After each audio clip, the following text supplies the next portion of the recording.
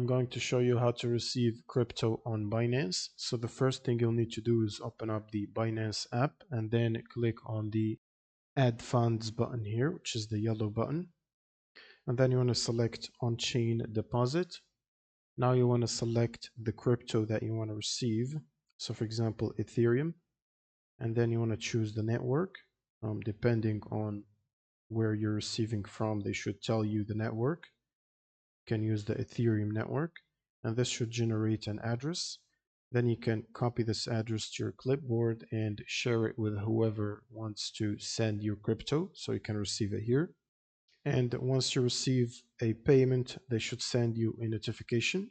You can also click on the top right here to see the history of the payments or deposits, and it will show you all the crypto that you've received along with any pending transactions.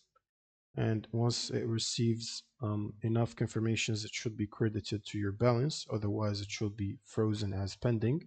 That's pretty much it for this video. If you have any questions, leave them in the comments below, and see you on the next one.